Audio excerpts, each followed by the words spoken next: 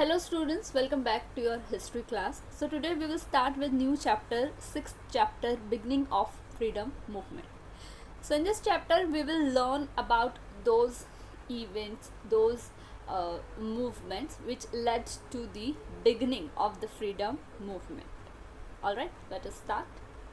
English education had mixed effects on the Indian society. The seeds of the nationalism were sown by the reforms of newly educated society. Due to various movements in different parts of India, a favorable situation was created to build a political organization on an all over India level, which will bring together the various provincial political organizations, different groups of politically aware people, and to express the aspirations of the nation by diverting the public attention towards the question of the nation. So, English education जब India में introduce हुआ, लोगों में फैला, लोगों ने English education gain करना शुरू किया, उसकी वजह से लोगों में अवेयरनेस आई. एक तो उनमें साइंटिफिक एटीट्यूड डेवलप हुआ, तो अल्टीमेटली वो लोग सुपरस्टिशन और ऑर्थोडॉक्स बिलीफ से बाहर आ गए. सो उसकी वजह से लोग जो है वो नेशनलिज्म की तरफ आगे बढ़ रहे थे, because education enabled them to understand their rights. फिर आगे जाके बहुत कांग्रेस पार्टी इस्टेब्लिश हुई जिसने पूरी कंट्री के लोगों को बाइंड किया for the fight against the British. So we will learn about all this. Centralization of the administration during the British rule. Due to the British administration, its implementation on India brought the one nation under one roof in its true sense. So, Britishers ने क्या किया, all over India पे एक ही rule रखा, right? पहले कैसा होता था, इंडिया ब्रिटिशर्स के पहले किंग का रूल था, तो हर एक स्टेट में एक किंग होता था, तो हर एक किंगडम का अपना एक किंग होता था. वो किंग के अपने रूल्स होते थे, उसका एक अपना मेथड था रूल करने का. सो उसकी वजह से क्या होता था कि इंडिया में ही होने के बाद भी जो लोग थे ना, उनमें थोड़ा सा डिफरेंस था कि हमारे किंगडम में ऐसा है, हमारे किंगडम में ऐसा चलता है, हम लोग ये फॉलो करते हैं, ये रूल हमारे यहाँ नहीं है. लेकिन ब्रिटिशर्स ने ऑल ओवर इंडिया पे एक ही रूल डाला, राइट? तो उसकी वजह से लोगों को क्या लगा कि अब हम ना कनेक्ट कर पा रहे, वो लोग एक दूसरे की सिचुएशन को जो है वो समझ पा रहे थे. Due to the identical reforms all over the country, equality before law, a feeling of nationalism developed among the people. So हमने 5th चैप्टर में देखा कि कितने सारे रिफॉर्म्स आए सोसाइटी में और रिलीजन में भी. तो इस वजह से लोगों में फीलिंग ऑफ नेशनलिज्म डेवलप हुई. Feeling of nationalism means love for the country. Further, for the convenience of the administration and swift movement of the army, the British built networks of roads and railways. But these facilities benefited the Indians as well. People from the different parts of the country came in contact with each other. There was increase in communication and the feeling of nationalism grew up. So Britishers ने खुद की convenience के लिए, ताकि उनका business rapidly चले, उनको जो भी मूवमेंट्स करना है वो लोग जल्दी कर पाए, उसके लिए उन्होंने रोड्स डेवलप किए, रेलवेज बनाए. लेकिन ये रोड और रेलवे की फैसिलिटी कॉमन मैन भी यूज़ कर रहे थे. उसकी वजह से क्या हुआ, लोग एक स्टेट से, एक रीजन से दूसरे रीजन में ट्रैवल कर रहे थे, वो लोग एक दूसरे से कनेक्ट हो रहे थे. एंड जब लोग आस्ते आस्ते कनेक्ट हो रहे थे, उनमें यूनिटी बढ़ रही थी एंड नेशनलिज्म बढ़ रहा था. लोग जब एक दूसरे से डिस्कस करते थे, जब ये ब्रिटिश रूल के बारे में लोग डिस्कस करते थे, तो उन्हें रियलाइज़ होता था कि अरे हम सबको ज़रूरत है कंट्री को इंडिपेंडेंस दिलाने की. Further, economic exploitation. The Indian wealth was flowing towards England by all means. Due to the imperialistic policy of the England, there was beginning of economic exploitation of India. So Britishers हर एक तरीके से India की wealth जो है वो England में send कर रहे थे. Farmers were compelled to take cash crops, burden of the land taxes, continuous famine, all this broke down the backbone of the agriculture. Traditional industries declined, which led to rise in unemployment. So farmers पहले आराम से अपना agriculture करते थे, जो crop उनको grow करना होता था, जिसमें इनका फ़ायदा होता था, वो ग्रो करते थे. लेकिन ब्रिटिशर्स के बाद उन्हें कैश क्रॉप ही ग्रो करना था, इंडिगो, कॉटन। तो ये ऑब्वियसली ये क्रॉप्स को खा नहीं सकते, इससे बस बहुत सारे पैसे आते थे, वो भी फार्मर्स को नहीं मिलते थे। ब्रिटिशर्स अपना प्रॉफिट मार्जिन बहुत ज़्यादा रखती थी। फिर land taxes, heavy land taxes Britishers ने लगाए थे, जिसकी वजह से फार्मर जो है वो और कर्जे में डूबते जा रहे थे, और बार बार जो है फेमिन पड़ता था, सूखा पड़ता था। और ब्रिटिशर्स उस कंडीशन को इम्प्रूव करने के लिए कि कुछ फैसिलिटीज़ प्रोवाइड की जाए फार्मर्स को, क्योंकि फेमिन का सबसे ज़्यादा इफ़ेक्ट फार्मर्स पे पड़ता था। इन सब प्रॉब्लम्स को सॉल्व करने के लिए ब्रिटिशर्स कुछ भी नहीं करते। इसकी वजह से इंडिया की एग्रीकल्चर की कंडीशन जो है वो बहुत ख़राब हो चुकी थी। Traditional industries decline which led to the unemployment. So Britishers ने जो हैंडीक्राफ्ट इंडस्ट्रीज़ थी वो सब कुछ बंद कर दी थी। इसकी वजह से क्या हुआ था, जो ऐसे आर्टिसंस थे जो ट्रेडिशनल इंडस्ट्रीज़ में काम करते थे, वो लोग अनएम्प्लॉयड हो गए। The capitalists exploited the workers class. Various new taxes were imposed on the middle class. This led to the growth of discontent among the people. So capitalist class यानी कि जिनके पास बहुत ज़्यादा पैसा होता था, वो लोग वर्किंग क्लास को, जो लेबर्स होते थे, फार्मर्स होते थे, उनको एक्सप्लॉइट करता था। फिर अलग अलग टाइप के ब्रिटिशर्स टैक्स लगाती थी, जिसकी जो लोगों को भरना बहुत ही ज़्यादा मुश्किल हो जाता था। सो इन सब की वजह से लोगों में जो है वो गुस्सा आ चुका था। Western education, due to the spread of the western education, new ideas such as liberty, equality, justice, democracy, etc. were introduced to the Indians. Rationalism, scientific attitude, humanity, nationalism, all these principles were accepted by the Indians. Therefore, that inculcated a feeling that we are capable of carrying out the work of the country, and its progress is possible by following these principles. India is a country of diverse languages, but with the introduction of English language, India got a new medium of communication. So, western education, liberty, equality, justice, democracy, ये सब values पर based था। सो जब लोगों ने western education gain किया तो उन्हें इन सारे वैल्यूज़ का पता चला। साथ ही साथ उनमें रैशनलिज्म, एक लॉजिकल थिंक करने की एबिलिटी, सुपरस्टिशन को साइड में हटा के साइंटिफिक एटीट्यूड डेवलप हुआ कि हम कोई भी चीज़ कर रहे हैं तो इसके पीछे कोई साइंटिफिक लॉजिक है, कोई साइंटिफिक बेनिफिट है, कि ये ऐसी बस बेसलेस है। देन इवन ह्यूमैनिटी, ये सारे प्रिंसिपल्स जो है वो इंडियंस ने एक्सेप्ट किए। और जब वो लोगों ने ये सारी बातें समझी, ये सारे वैल्यूज़ समझी, ये सारे प्रिंसिपल्स समझे, तो उन्हें पता चला कि हम खुद कैपेबल है अपनी कंट्री चलाने के, हमें किसी और की ज़रूरत नहीं है। क्योंकि पहले इंडियंस अनएजुकेटेड थे तो वो लोग थोड़े अपने आप को अंडर एस्टिमेट भी करते थे। उन्हें लगता था कि अरे ये ब्रिटिशर्स है, इंग्लिश बोलते हैं, पढ़े लिखे हैं, तो उन्हें हमसे ज़्यादा समझ है, हमें तो कुछ आता ही नहीं है। लेकिन जब इंडियंस ने एजुकेशन गेन किया तब उन्हें रियलाइज़ हुआ उनकी कैपेसिटीज़ का, कि हम भी अपनी कंट्री चला सकते हैं। We don't need a foreign power to rule a country. और फिर India is a diverse country, right. हर एक स्टेट की अलग लैंग्वेज है, हर एक रीजन की अलग लैंग्वेज है, लेकिन इंग्लिश एक ऐसी लैंग्वेज है जो ऑल ओवर इंडिया बोली जाती है।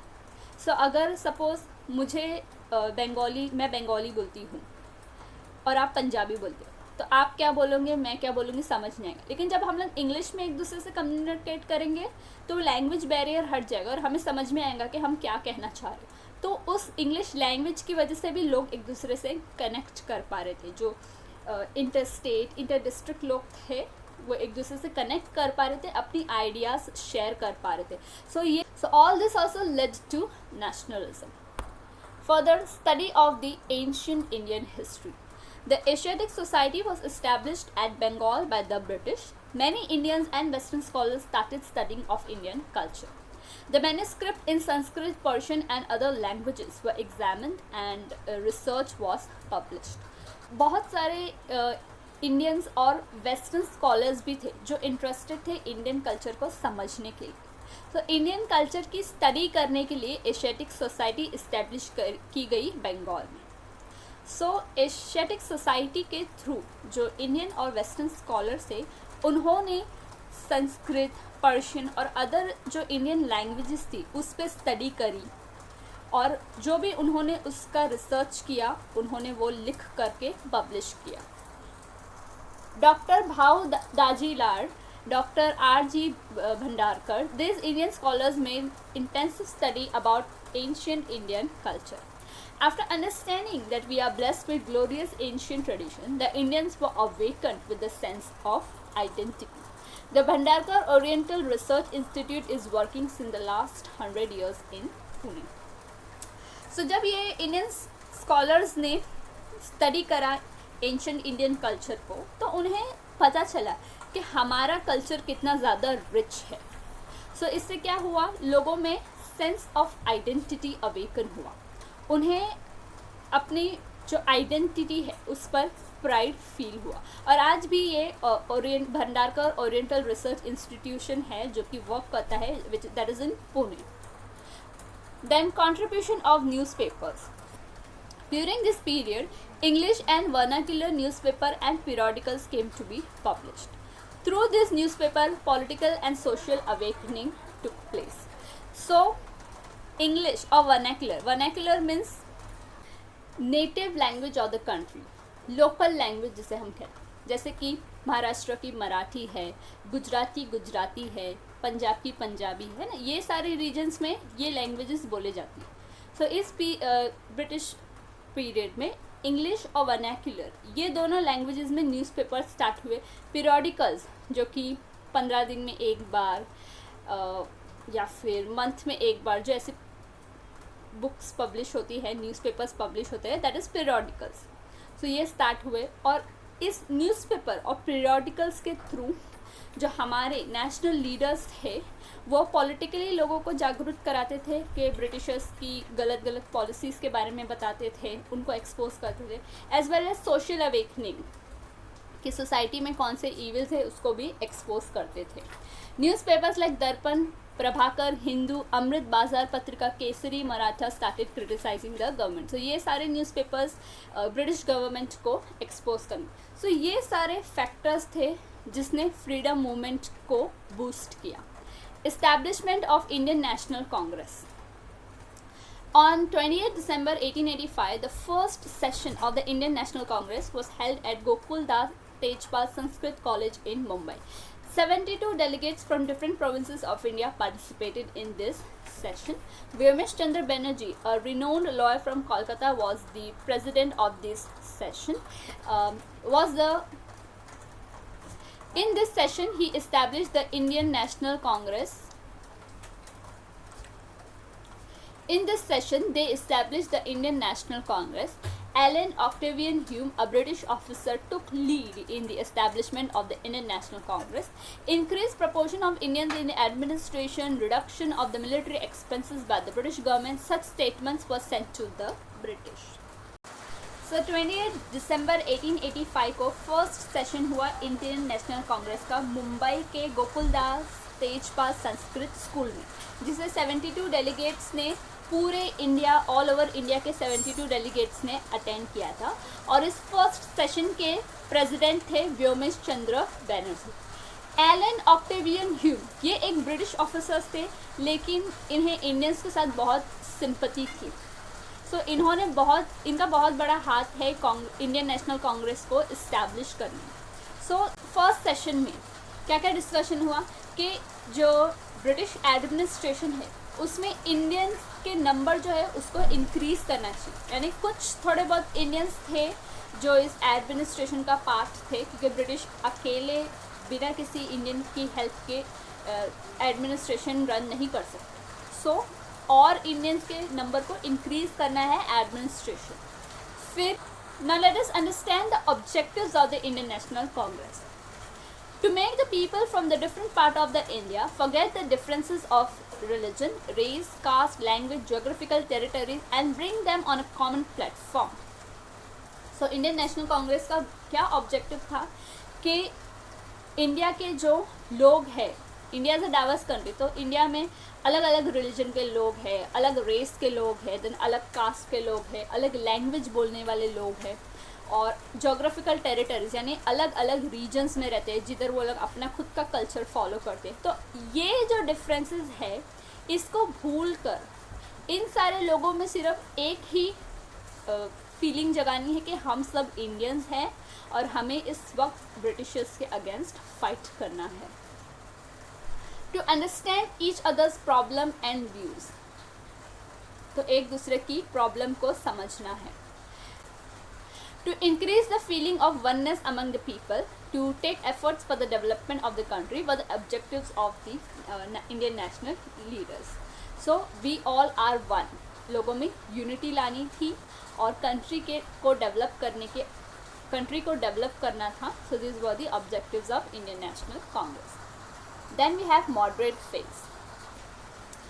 The early 10 years of the establishment of the Indian National Congress, their contribution was very slow but consistent. The leaders of the Indian National Congress were realistic and highly educated. They were aware that through organized work, a strong foundation needs to be built up. So, starting के 10 years जब Indian National Congress establish हुई, उसके starting के 10 years उनका काम जो था वो काफ़ी स्लो था, लेकिन धीरे धीरे वो लोग प्रोग्रेस कर रहे थे। इंडियन नेशनल कांग्रेस के जो मॉडरेट लीडर्स थे वो काफ़ी ज़्यादा एजुकेटेड थे और रियलिस्टिक थे, एकदम प्रैक्टिकल थे। Western thinkers philosophy of liberalism, equality, freedom, fraternity, these values had an impact on them. So क्योंकि वो लोग एजुकेटेड थे इसलिए उन लोग वेस्टर्न थिंकर्स से ज़्यादा इंस्पायर्ड थे। जो liberalism, then freedom, equality, fraternity, ये सारे वैल्यूज़ का उन पर बहुत ज़्यादा इम्पैक्ट पड़ा था। They believed in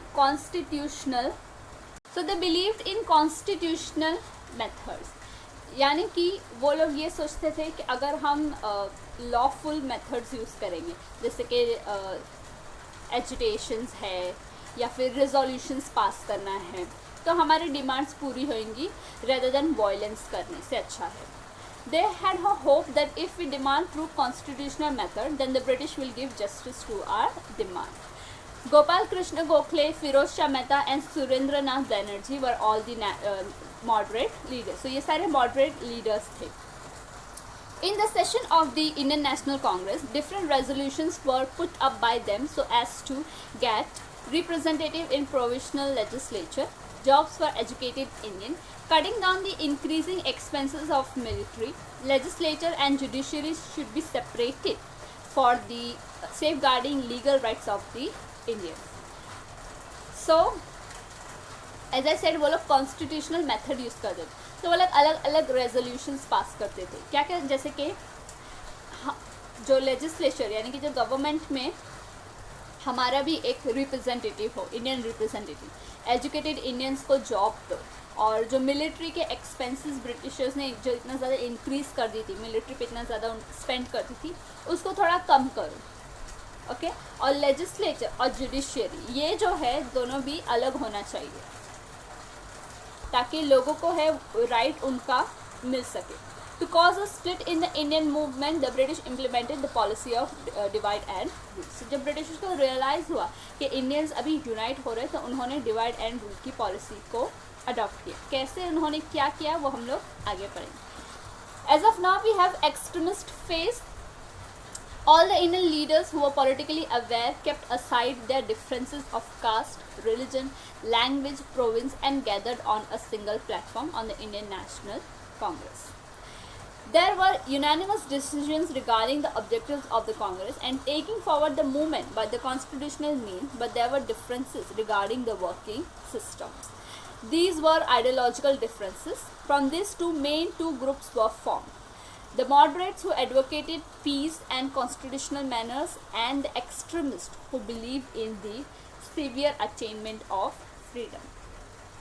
So initially Indian leaders जिन्हें political rights के बारे में पता था, वो लोग इंडियन नेशनल कांग्रेस के थ्रू यूनाइट हुए डिसीजंस भी वो लोग म्यूचुअल अंडरस्टैंडिंग से लेते थे एंड इस तरह कांग्रेस काम कर रही थी। लेकिन बाद में जो लीडर्स थे उनमें आइडियोलॉजिकल डिफरेंसेस आने लगा और उसकी वजह से दो ग्रुप बन गए। मॉडरेट्स जो कि पीसफुल वे में बिलीव करते थे, कॉन्स्टिट्यूशनल मेथड्स में बिलीव करते थे कि हम डिमांड करेंगे, एजिटेशन करेंगे, राइट। और दूसरे थे एक्सट्रीमिस्ट जो कि थोड़े से यू कैन से एग्रेसिव थे। उनका बिलीव था कि इतना स्लो काम करने से, इतना पीसफुल काम करने से प्रोग्रेस नहीं होगा।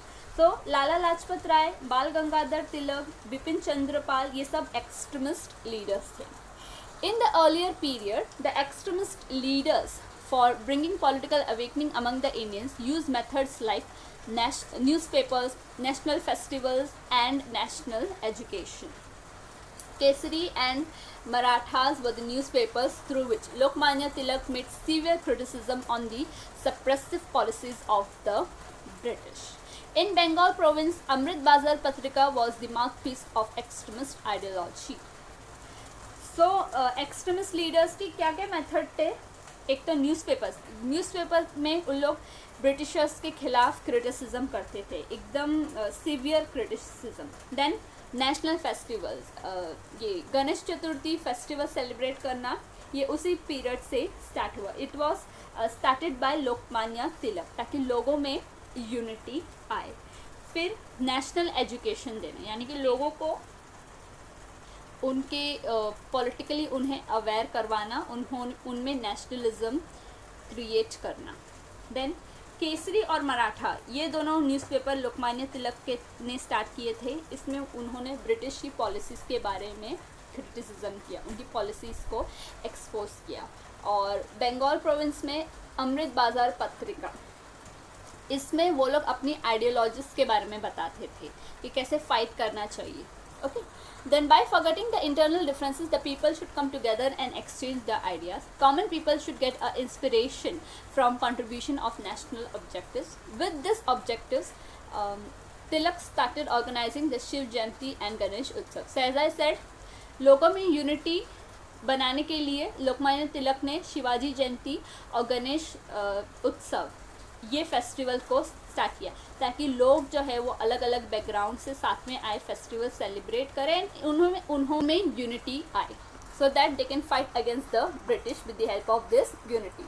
For political reasons, if people would come together then government will ban them, but for religious reasons if people come together the government will not ban them, was his opinion. So जैसे ही लोग strike करते थे या फिर कुछ भी protest करते थे तो गवर्नमेंट जो है वो उन्हें बैन कर देती थी, तो लोगों को साथ में आने का कभी मौका नहीं मिलता था। लेकिन अगर रिलीजियस रीज़न की वजह से लोग साथ में आते हैं कोई फेस्टिवल सेलिब्रेट करने, तो गवर्नमेंट उनको बैन नहीं कर सकती। इसीलिए ये सोचकर लोकमान्य तिलक ने नेशनल फेस्टिवल्स स्टार्ट किए। In the Mandalay prison, Tilak wrote Gita Rahasya. Its core was philosophy of karma yoga and stressed that people should always be in action. So जब तिलक मंडले प्रिजन में थे तब उन्होंने एक बुक ली, गीता रहस्य। इसमें उन्होंने बताया कि लोग जो है उन्हें हमेशा काम करते रहना चाहिए, they should be always in action.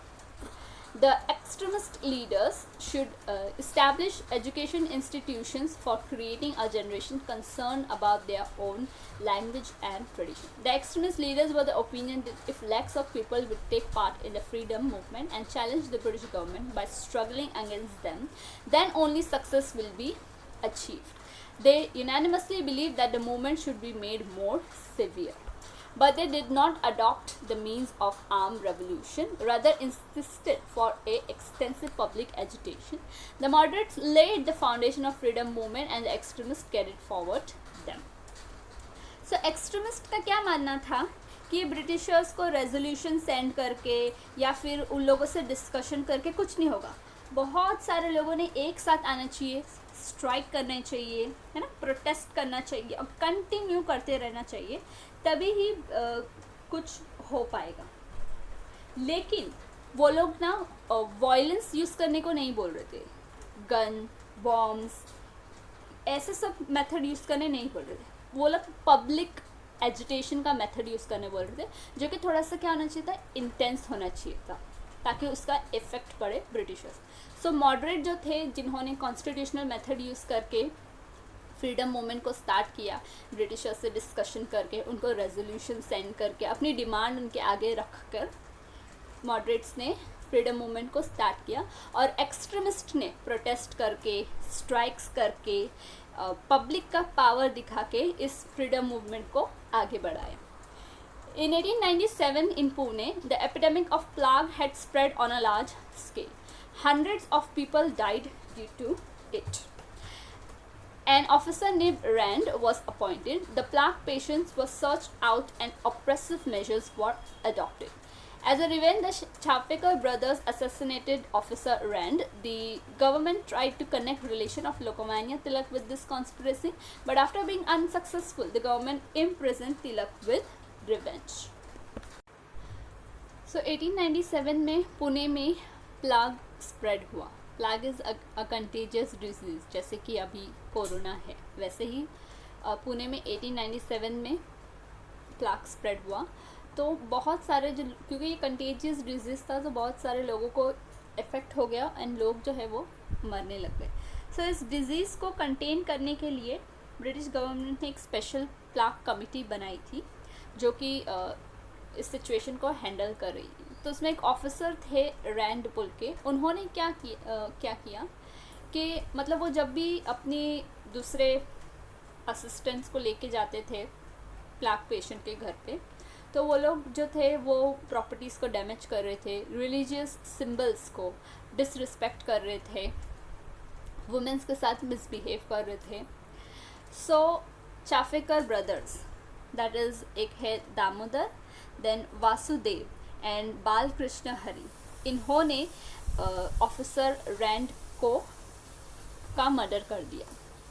So government ने इस मर्डर की लिंक लोकमान्य तिलक से कनेक्ट करने की कोशिश करी, ताकि वो लोकमान्य तिलक को जेल में डाल सके, क्योंकि लोकमान्य तिलक एक नेशनल लीडर थे, लेकिन गवर्नमेंट अनसक्सेसफुल रही।